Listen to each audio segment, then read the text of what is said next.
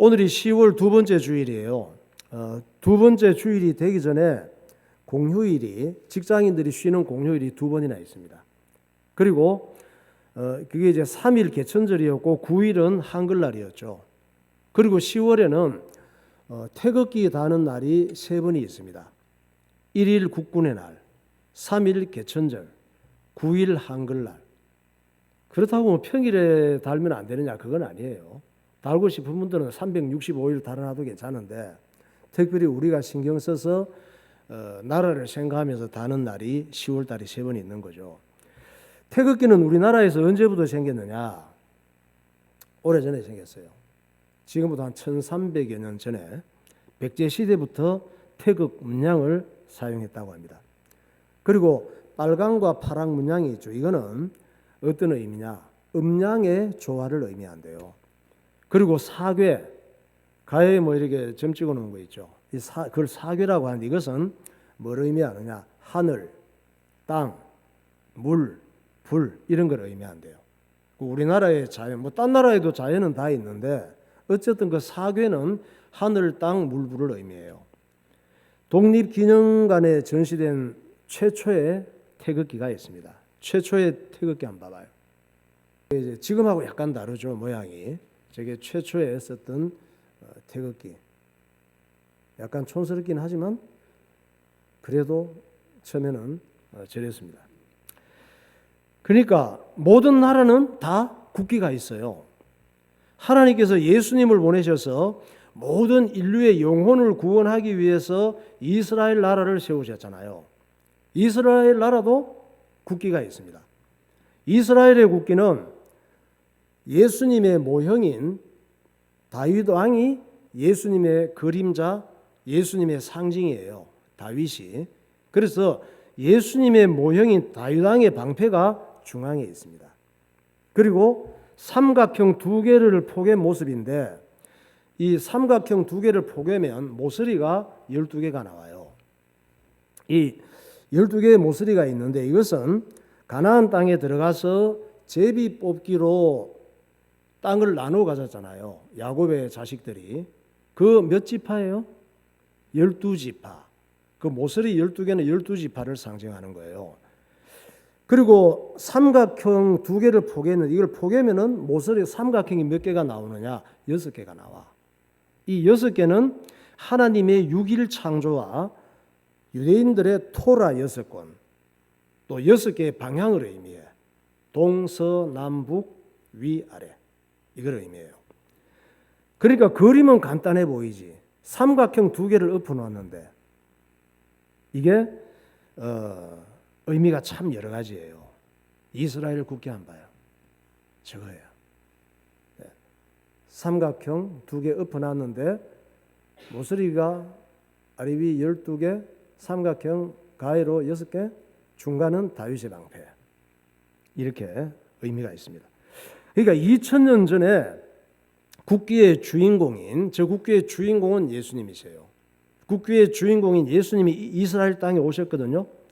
그런데 예수님이 십자가에서 죽으시기 전 예루살렘 성전에 들어가실 때가 있었어. 예루살렘. 지금 예루살렘 성 여러분 보이죠?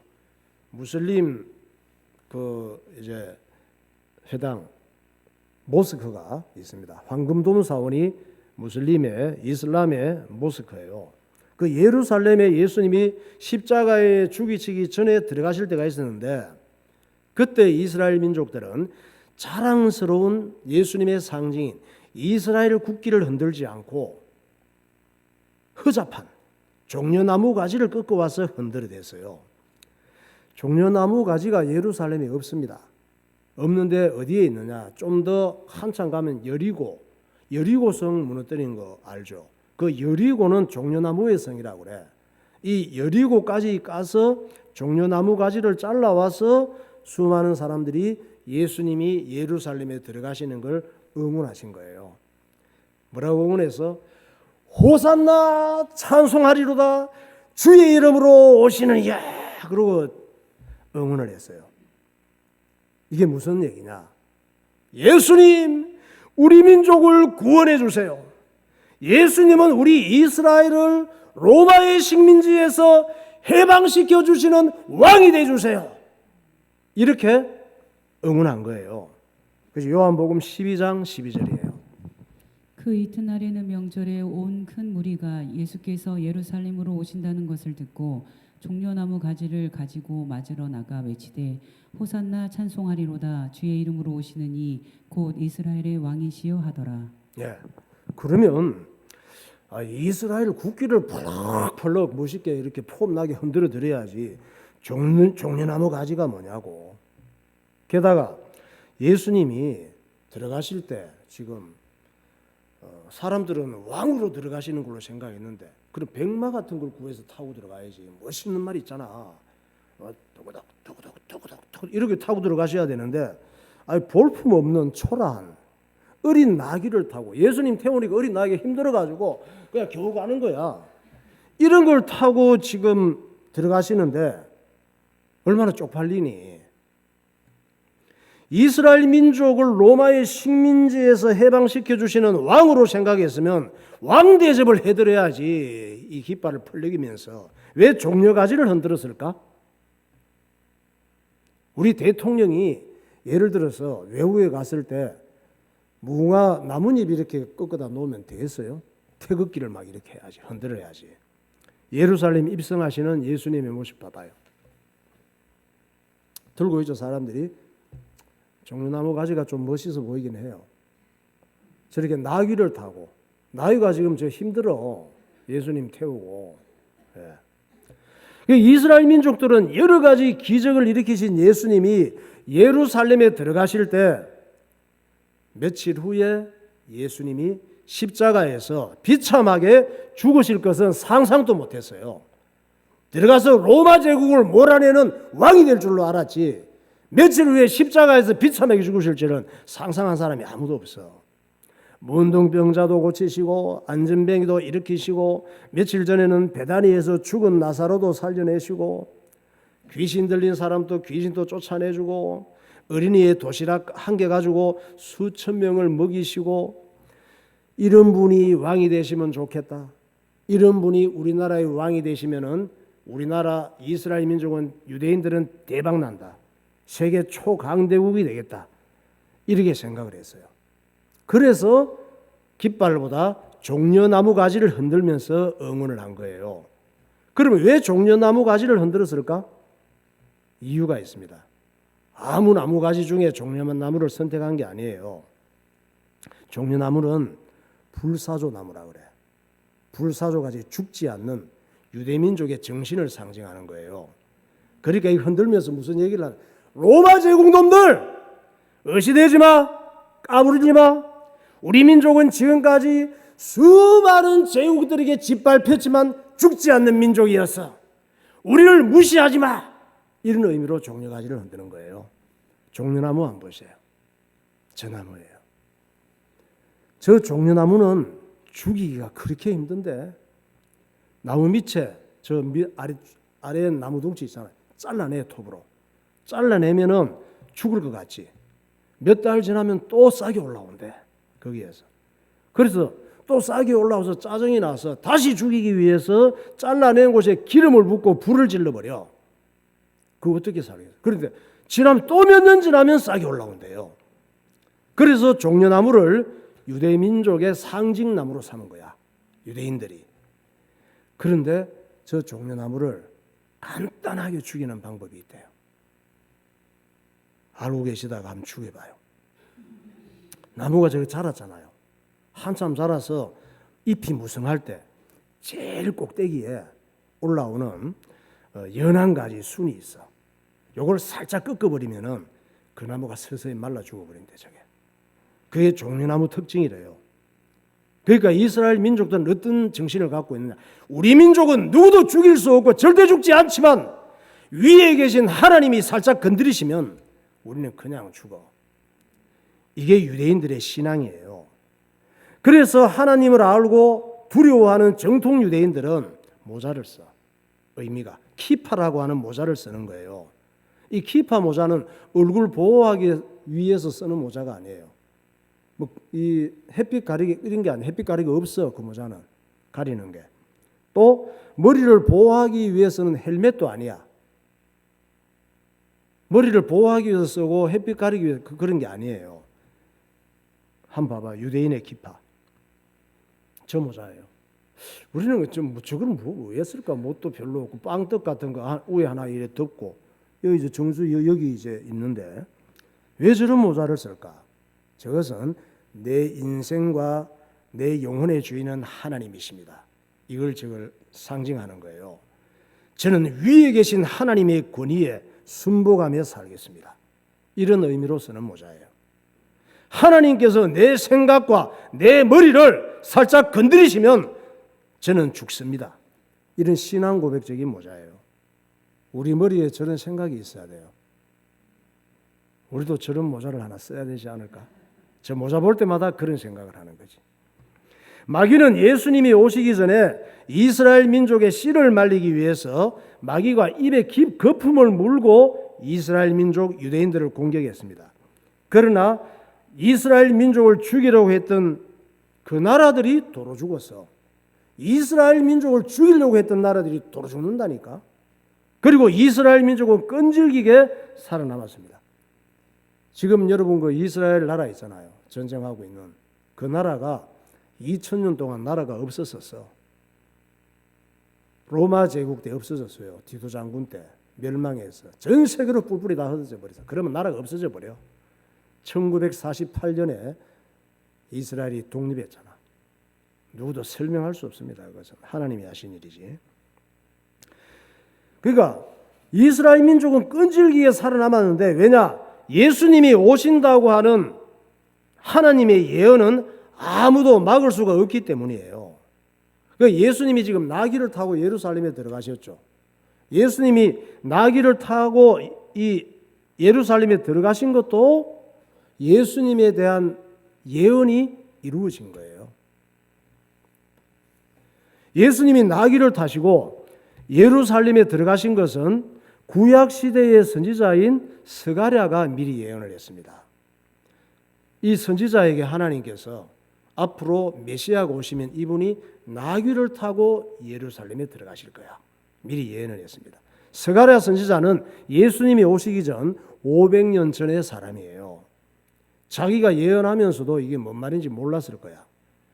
그러니까 스가랴 선지자가 예언한 다음에 500년 후에 예수님이 오셔서 이 예언을 이루신 거예요. 예수님께서 500년 전에, 예수님 오시기 500년 전에 예수님께서 성령으로 스가랴 선지자에게 뭐라고 예언해서 성경을 기록하게 하셨느냐? 예수님이 메시아가 역사 속에 오셔서 나귀를 타시고 예루살렘에 들어가실 것입니다. 그분은 모든 대단한 나라들을 꺾으시고 온 세계에 평화의 왕이 되실 것입니다. 이렇게 스가랴가 예언을 했어요.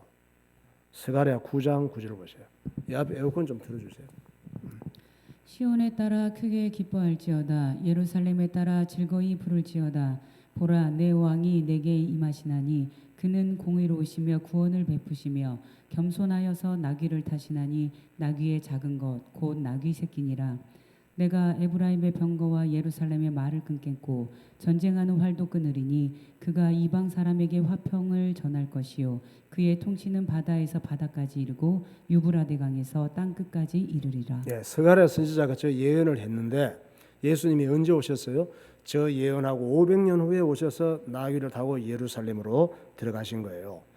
헬라 제국을 일으킨 알렉산더 왕도 하나님을 알고 하나님을 인정하고 하나님을 두려워했으면 좀 더 가치 있게 쓰임 받았을 거예요. 오늘 저와 여러분들도 하나님을 알고 하나님을 인정하고 믿음을 가지면 더 귀한 인생이 될 줄 믿으시기 바랍니다. 그런데 헬라 제국의 알렉산더 왕은 자기 자신이 하나님인 줄 알았습니다. 알렉산더가 이집트를 점령했을 때 이집트 사람들이 알렉산더에게 경배를 했어요. 뭐라고 했느냐? 당신은 우리가 섬기는 신의 아들이십니다. 이집트인의 신전에서 그렇게 얘기를 했어. 무슨 얘기예요? 알렉산더 당신은 우리의 신이십니다. 이렇게 얘기한 거야. 알렉산더 기분 좋았겠지. 우쭐했겠지. 왜? 페르시아 제국의 식민지를 자기가 점령을 해서 헬라 제국의 식민지를 만들었으니까 그 사람들이 페르시아 왕들보다 자기를 더 신처럼 떠받드니까 얼마나 우쭐했겠어. 그래서 그는 일회용 접시처럼 쓰임받다가 허무하게 사라진 거예요. 알렉산더의 부하 장군들도 다 왕이 되고 싶어 했습니다. 하나님을 인정하지 않았어요. 알렉산더 왕이 왜 중요하냐? 알렉산더에 대한 성경 이야기는 말라기 선지자 이후로 없어요. 세례 요한이 등장하기 400년간 성경 기록이 없습니다. 그런데 이 기간은 굉장히 중요해. 이 기간에 신약 성경을 이해하는 모든 내용들이 다 들어있거든. 그걸 중간기라고 얘기를 해요. 알렉산더는 다니엘을 통해 예언한 사람이에요. 그렇기 때문에 우리가 굉장히 중요하고 알아야 신약 성경을 잘 이해할 수 있는 거예요. 부하 장군들도 왕이 다 되고 싶어 했어. 왜? 왕이 되면 모든 걸 다 자기 마음대로 할 수 있으니까. 과연 그럴까? 우리가 보니까 왕이 되면 다 자기 마음대로 할 수 있어요?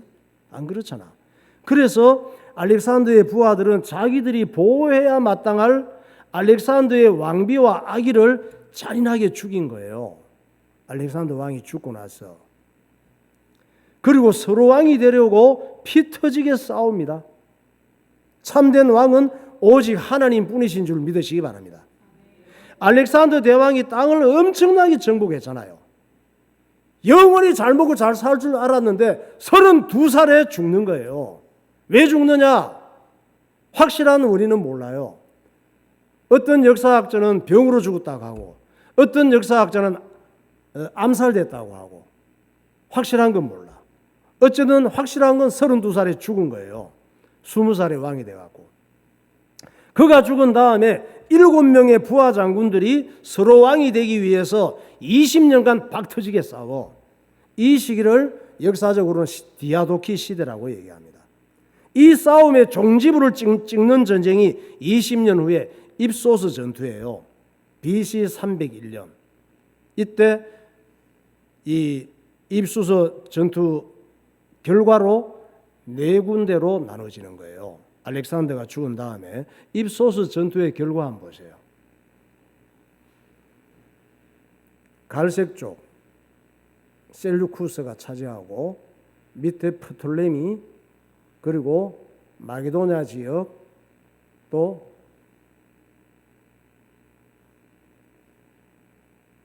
연두색이 있죠. 그렇게 4군데로 나눠집니다.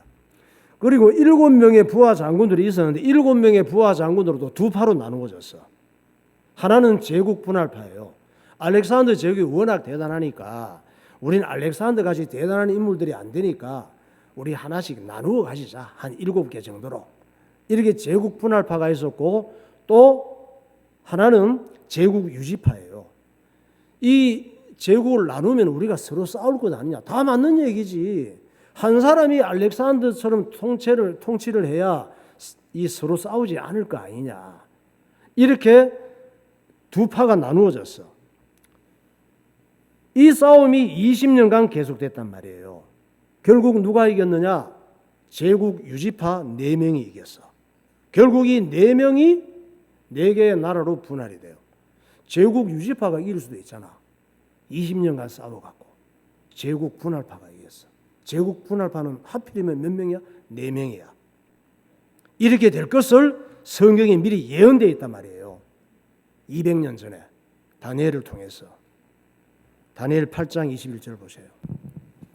털이 많은 순념소는 곧 헬라 왕이요 그의 두 눈 사이에 있는 큰 뿔은 곧 그 첫째 왕이요 이 뿔이 꺾이고 그 대신에 네 뿔이 났은즉 그 나라 가운데에서 네 나라가 일어나되 그의 권세만 못하리라. 장차 한 능력 있는 왕이 일어나서 큰 권세로 다스리며 자기 마음대로 행하리라. 그러나 그가 강성할 때에 그의 나라가 갈라져 천하 사방에 나누일 것이나 그의 자손에게로 돌아가지도 아니할 것이요 또 자기가 주장하던 권세로도 되지 아니하리니 이는 그 나라가 뽑혀서 그 외에 다른 사람들에게로 돌아갈 것임이라. 헬라 왕이 알렉산더예요. 마게도냐 그리스 왕. 이 사람이 일어났는데 자기 자손에게도 그 나라가 돌아가지 않고 왜 애기니 좀 커야 되는데 애기니까 죽여버렸어. 장군들이 카산드가 죽이고 결국 제국 분할파가 이겨서 4나라로 나누어지는데 저게 다니엘을 통해서 예언이 되어 있었단 말이에요. 예수님께서 이 땅에 오셔서 계속 반복해서 하시는 말씀이 구약 성경에 예언된 말씀이 이루어진다는 말씀이에요. 구약 성경은 전부 뭐냐? 앞으로 예수님이 오실 것인데 예수님께서 오셔서 이렇게 하실 것이다. 이런 예언으로 가득 차 있습니다. 이 예언을 누가 했어요? 예수님께서 선지자들을 통해서 선지자들을 감동시켜서 이 예언을 하게 하시고 성경으로 기록하게 하신 거예요. 그래야 믿을 만할 거 아니에요. 그래서 예수님께서 세상에 오셨을 때 제자들에게 직접 말씀하셨잖아요. 우리에게 하시는 말씀이에요. 모든 성경은, 즉 구약 성경의 모든 예언은 내가 나에 대해서 예언한 것이었단다. 이렇게 말씀을 하시잖아. 요한복음 5장 39절. 너희가 성경에서 영생을 얻는 줄 생각하고 성경을 연구하거니와 이 성경이 곧 내게 대하여 증언하는 것이니라. 모든 성경은 하나님의 감동으로 된 것으로 교훈과 책망과 바르게 함과 의로 교육하기에 유익하니 이는 하나님의 사람으로 온전하게 하며 모든 선한 일을 행할 능력을 갖추게 하려 함이라. 저 말씀에서 이 성경은 내게 대하여 하시는 말씀, 이 얘기는 구약 성경을 의미하는 거예요. 신약 성경은 예수님이 오셔서 구약 성경이 이루어진 것을 기록한 게 신약 성경이고 모든 예언한 말씀은 구약 성경이라고.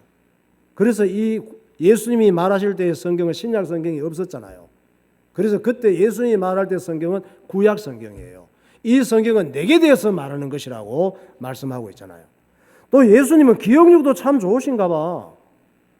구약 성경을 기록한 선지자들에게 주셨던 수많은 예언의 말씀들을 단 한 개도 빠뜨리지 않고 다 이루셨단 말이에요. 그렇다고 예수님이 뭐 무슨 자기가 예언하고 약속했던 메모지를 갖고 다닌 것도 아니야. 갖고 다니면서 맨날 요거 이루었다 이제 체크하고 지우고 메모지 보면서 이건 이루어졌고 이건 아직 남아 있네. 이건 아직 이루어지지 않았는데 깜빡할 뻔했다. 요거 해야 되겠구나. 이러면 하지 않았어. 메모지 보면서 큰일 날 뻔했다. 메모지 없었으면. 이렇게 하지 않았어요. 그 많은 구약 성경의 예언들을 보시죠. 요한복음 12장 38절부터.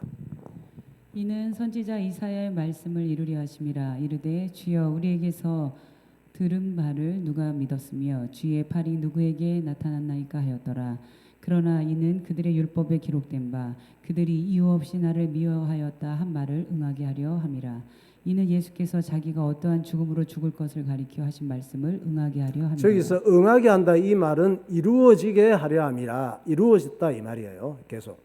군인들이 서로 말하되 이것을 찢지 말고 누가 얻나 제비 뽑자 하니 이는 성경에 그들이 내 옷을 나누고 내 옷을 제비 뽑나이다 한 것을 응하게 하려 함이로라. 군인들은 이런 일을 하고 그 후에 예수께서 모든 일이 이미 이루어진 줄 아시고 성경을 응하게 하려 하사 이르시되 내가 목마르다 하시니 거기 신 포도주가 가득 담긴 그릇이 있는지라.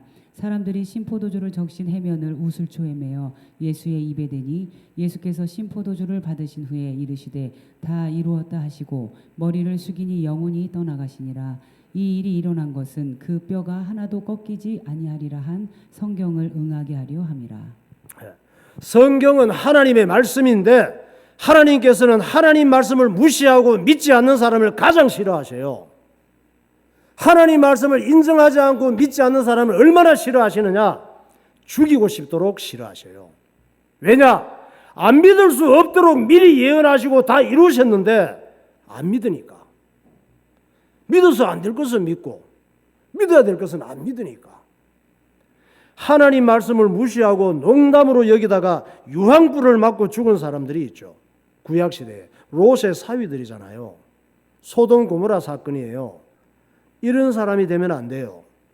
예언된 말씀을 주시고 이 예언을 이루신 하나님 앞에 찬양하며 사시기 바랍니다. 찬양하겠습니다. 찬양하신 높으신 이름, 예수의 이름.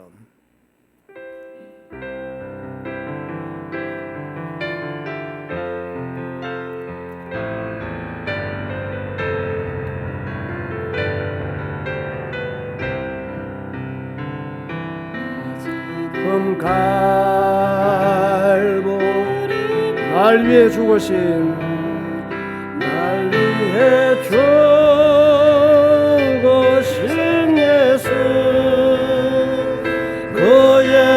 도망쳐 그 손가락 나무 위에 내굴 세주 눈물에 젖은 그의 요셉의 무덤에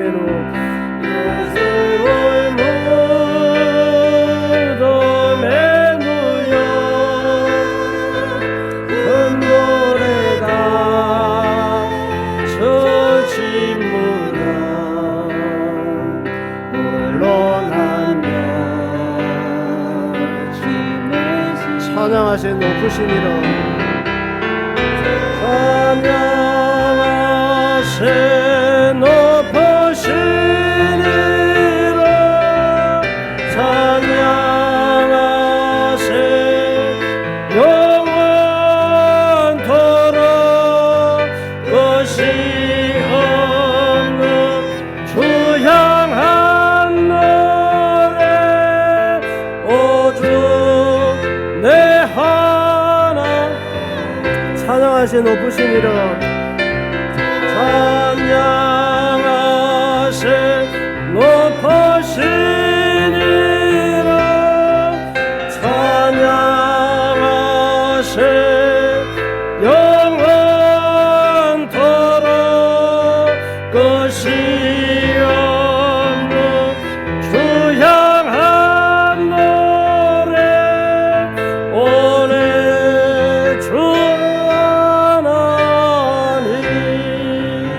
아멘. 자, 하나님께서 예수님을 보내시기 위해서 직접 만드신 나라가 이스라엘이에요. 다른 거는 다 부족들, 자기 족속들이 모여서 싸움 잘하는 사람을 왕을 시키고 또 암살하고 또 딴 사람이 왕이 되고 이렇게 진행이 되는데 이스라엘은 하나님께서 직접 개입해서 만드신 나라예요. 왜? 예수님을 보내시기 위해서. 그래서 예수님께서 이스라엘 민족들 중에 선지자들을 선택하시고 감동을 주셔서 예수님에 대한 많은 예언들을 하게 하신 거예요. 느닷없이 나타나서 내가 구세주라 그러면 누가 믿겠어? 이단이라고 그러지. 그래서 문제는 마귀가 이스라엘 민족들을 유혹하고 우상 섬기게 하고 주변 나라들이 공격하게 만들어서 어떻게 하든지 이스라엘 민족을 망치고 죽이고 씨를 말리는 게 마귀의 역사예요.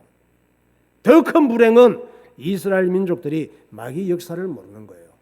이스라엘 민족들만 공격했을까? 우리는 그냥 둘까?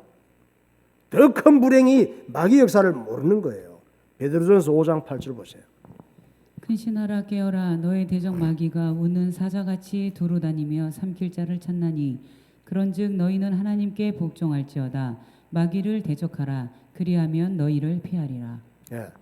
마귀가 수천 년간 그렇게 방해하고 유대민족을 죽이고 유대민족의 씨를 말려서 예수님이 오지 못하게 막았는데도 결국은 유대민족은 또 살아나고 하더니 그 주인공 예수님이 유대인의 후손으로 오시고 말았습니다. 그 정도 되면 내가 마귀라도 포기할 만하잖아. 그런데 마귀는 정말 무섭고 끈질겨요. 포기하는 법이 없습니다.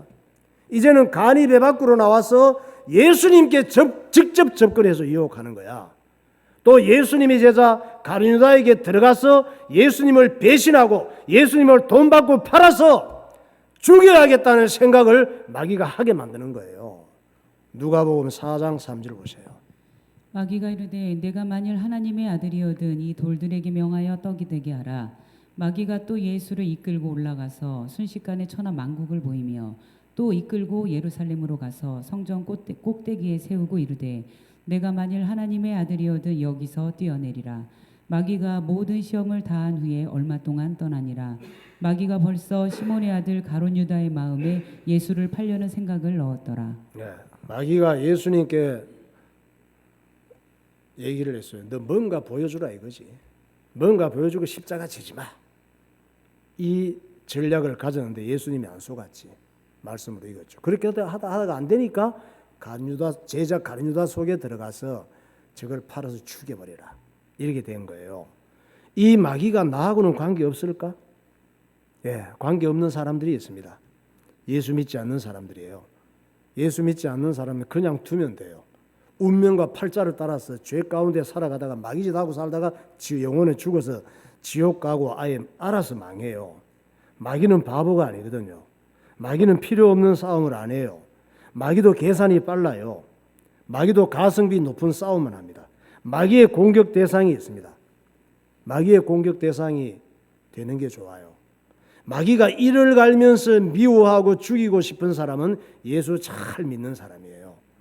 예수 잘 믿는 사람은 누구냐? 예수님을 가장 가치 있게 생각하는 사람이에요. 예수 잘 믿는 사람은 하나님 말씀을 내 생명보다 귀하게 생각하고 순종하며 살기로 작정한 사람이 예수 잘 믿는 사람이에요. 이런 사람이 마귀의 공격 대상이에요. 그래서 여러분은 기대하고 고대하셔야 돼. 마귀가 어떤 식으로 나를 공격할지. 공격 안 하는 사람은 손댈 필요도 없는 사람이야. 공격하는 사람들은 마귀가 긴장하고 있는 사람인 거지. 여호수아가 이스라엘 민족을 이끌고 가나안 땅에 들어갔을 때 마귀가 미쳐버릴 지경이었습니다. 왜? 하나님 말씀을 생명보다 귀하게 여기는 사람이 많았거든. 여호수아, 갈렙 이런 사람들이 많았어요. 그래서 많은 사람들을 가룟 유다처럼 만들고 돈과 우상에 빠지게 만든 거예요. 사사기 시대에. 사사기 2장 17절. 그들이 그 사사들에게도 순종하지 아니하고 오히려 다른 신들을 따라가 음행하며 그들에게 절하고 여호와의 명령을 순종하던 그들의 조상들이 행하던 길에서 속히 치우쳐 떠나서 그와 같이 행하지 아니하였더라.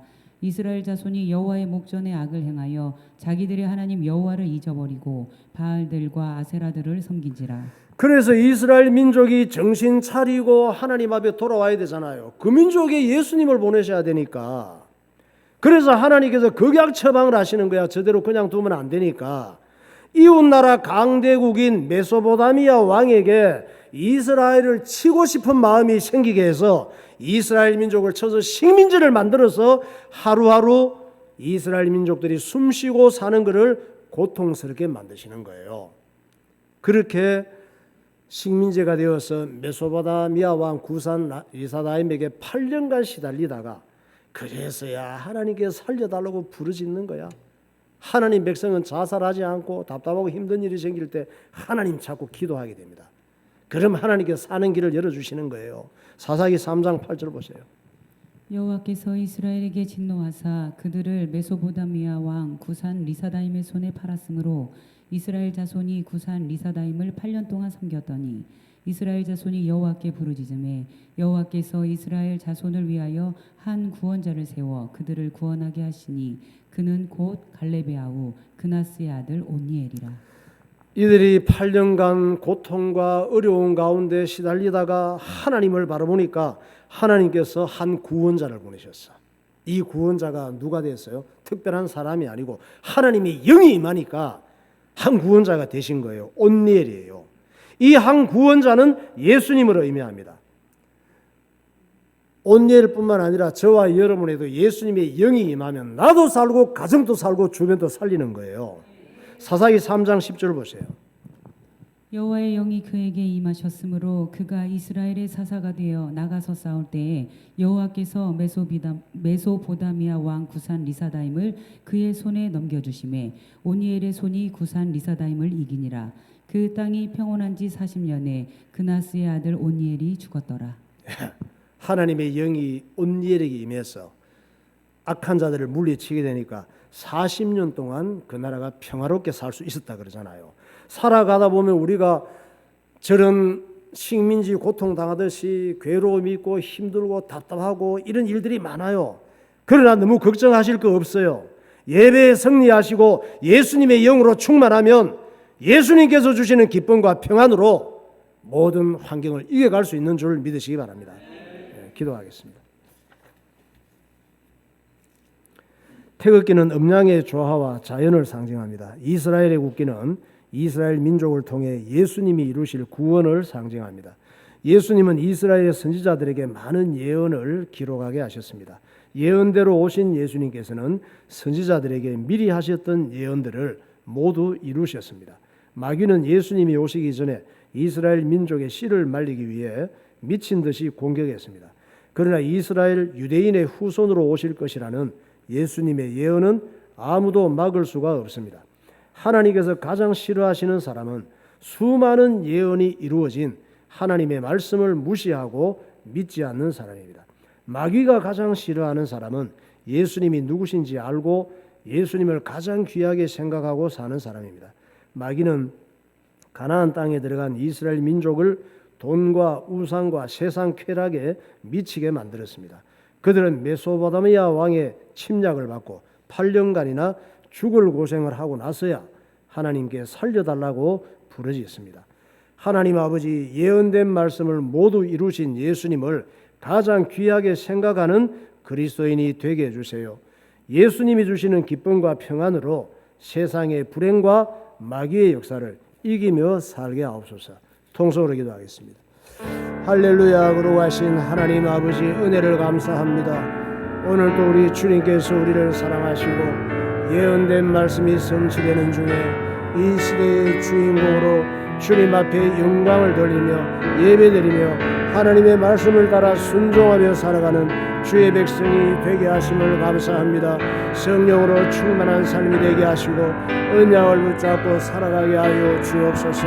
악한 마귀가 우는 사자같이 두루다니며 삼킬 자를 찾을지라도 우리가 속지 않게 하시고 먹잇감이 되지 않게 하시고 하나님 앞에 귀하게 쓰임받는 주의 백성들이 되게 하여 주옵소서. 예수님 이름으로 기도하옵나이다.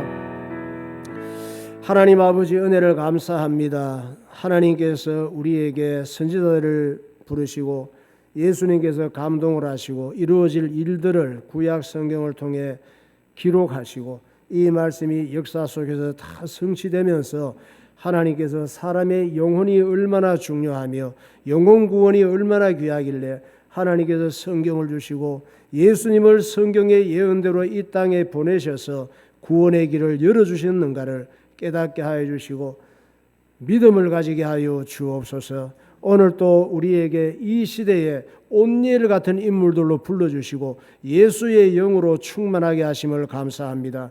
주님 붙잡고 예배드리며 언약 붙잡고 기도하며 살아갈 때에 내가 먼저 살게 하시고 내 가정이 살게 하시고 자식들이 살게 하시고 교회 주변의 어둠이 물러가고 구원의 역사가 일어나는 도구로 쓰임받게 하여 주옵소서. 하루를 살지라도 하나님 앞에 가치 있는 삶을 살게 하여 주옵소서. 예수 그리스도 이름으로 기도하옵나이다. 아멘.